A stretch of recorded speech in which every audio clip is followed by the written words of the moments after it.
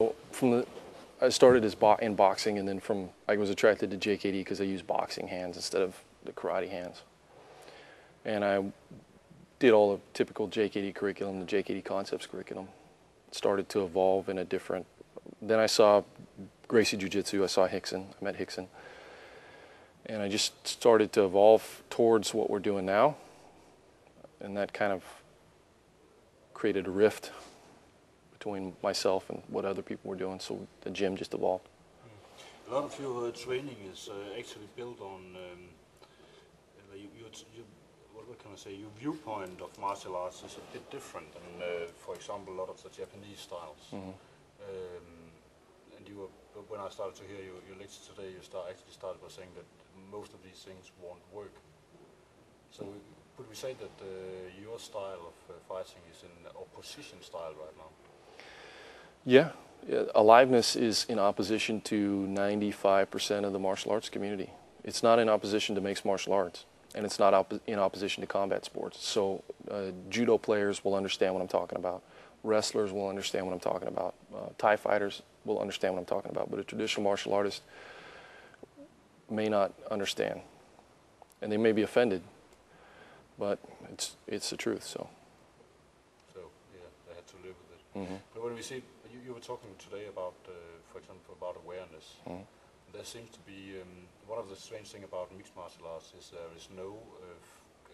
isn't any kind of philosophical basing like there is on karate or jiu-jitsu or others, the kind of Japanese combat sports. Mm-hmm. But it seems like these kind of spiritual overlays, they're getting back in when you start fighting long enough. Yeah. Having a philosophical overlay that talks about spirituality and actual spirituality are two completely different things. So philosophical overlay is just concepts. It's stuff that you'd have to unlearn anyway. In reality, athletics has always, any kind of athletics, doesn't have to be fighting. Fighting is in particular more intense because you're going against one other person, so it's an individual sport as opposed to a team sport. And so there's more ego involved, and so you confront the ego more, and you're going up against a person that's trying to beat you up. So especially for men, there's a lot of ego there. So it's a really good vehicle. But athletics in general, any kind of athletics, has always been a spiritual experience. If you read Joseph Campbell or Abraham Maslow or any of those people, Joseph Campbell's famous quote is, the only peak experience he ever had, borrowing a term from Abraham Maslow, was in athletics. And you read about people in the Olympics or any kind of athlete, tennis players, runners, they have great mystical peak experiences. They don't talk about it. I mean, if they come off the field and they talk about it to a sports writer or a cameraman, a lot of times they're afraid the audience won't understand, so they'll just say, yeah, I was just in the moment, I got a good pass. But behind that, there's that experience. So all I'm doing is just physically verbalizing something that in reality, all these guys that fight in mixed martial arts or judo or any sport, they experience it. And that's why there's a connection, I think, and people like what I do. Is I'm just saying what they already know. But what I teach is not, I mean, if those kind of conflicts are solved with guns and knives and machetes and things like that. So what I teach is more empty hand, one-on-one, and I emphasize, as you heard me emphasize over and over again, the sporting aspect of it, because my emphasis is confronting the ego. We do have actual application for the street, but when I teach that, I'm usually teaching police officers. And when we teach knife, for example, it's against a defense against the knife, somebody that's trying to stab you. I'll have people that'll come to me and they'll ask me to teach them knife fighting. And my first question is, why? Why do you want to do knife fighting? So you're out in the parking lot and some guy pulls a knife, you're going to pull your knife out now and duel with him? What's the point of that? So it's not something I do. It's not part of our curriculum. It's not necessary. But we do have defense against the knife. See, so our curriculum is designed in that manner that it's defense, self-defense oriented. It's not designed to teach people how to assault other human beings. Could you describe, maybe in the same way as you did inside just before, what awareness is to you?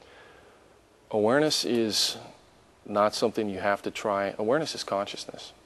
Consciousness free of sub-vocalization, thoughts in the head, is pure awareness, without thinking about the past or the future.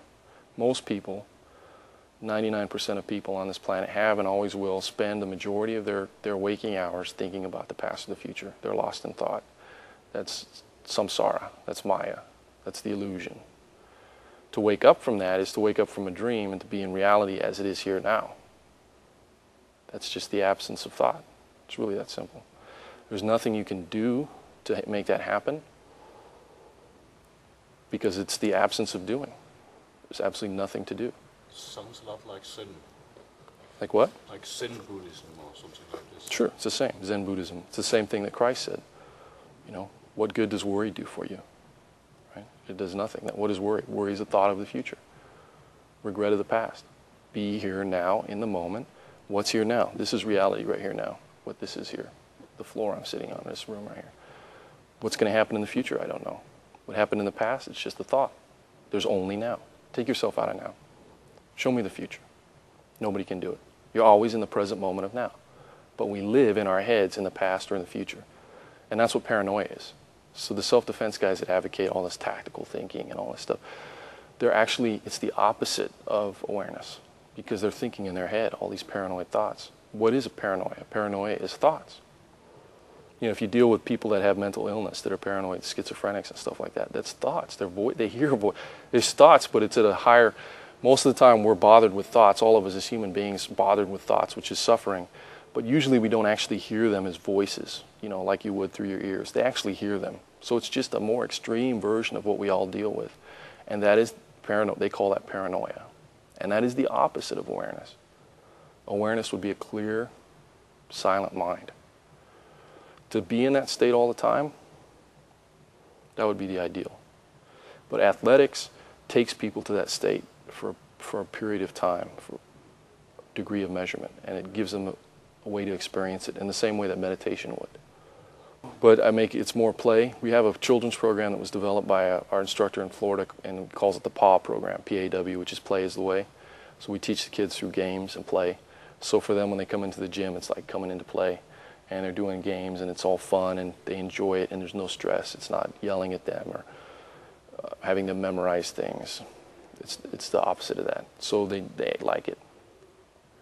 I wouldn't want to force them to do what I do or even encourage them to do what I do. It's something that's just going to have to happen naturally. But our class, we use the PAW program, so it's all through games and stuff. But your whole life is sports, athletics now. Yeah, I have no other job, which is good. Any education? Yeah, I have some college. I never finished. I never got my bachelor's. But yeah, I read a lot just for enjoyment, but I don't know that I'll go back and finish. Pretty much stuck doing this now. Yeah, seems like so. Yeah. What are you going to do when you're 50? No, retire. I kind of consider myself retired now, but you're talking about something that I don't really worry about. You know, I've been self-employed now for 8 years, and when I first started doing this, everybody told me that it would never work. Nobody wants to train this way. People don't want to sweat. It's never going to work. And I thought, well, okay, this is what I know to be true. If it's never going to work, I'm going to have a second job the rest of my life. That'll suck, but that's what I'll have to do. And I took the chance, and it worked.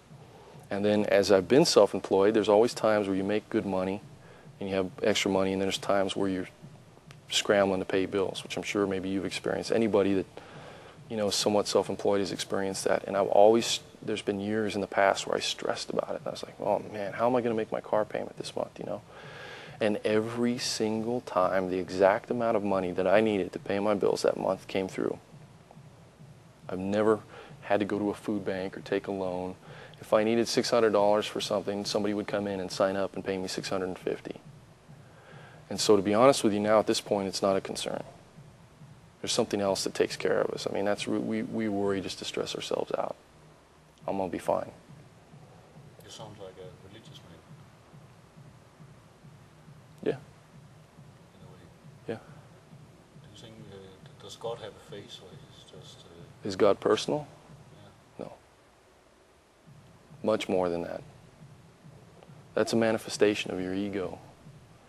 Much more than that. Not less. I wouldn't even presume to give God a face. Does that make sense?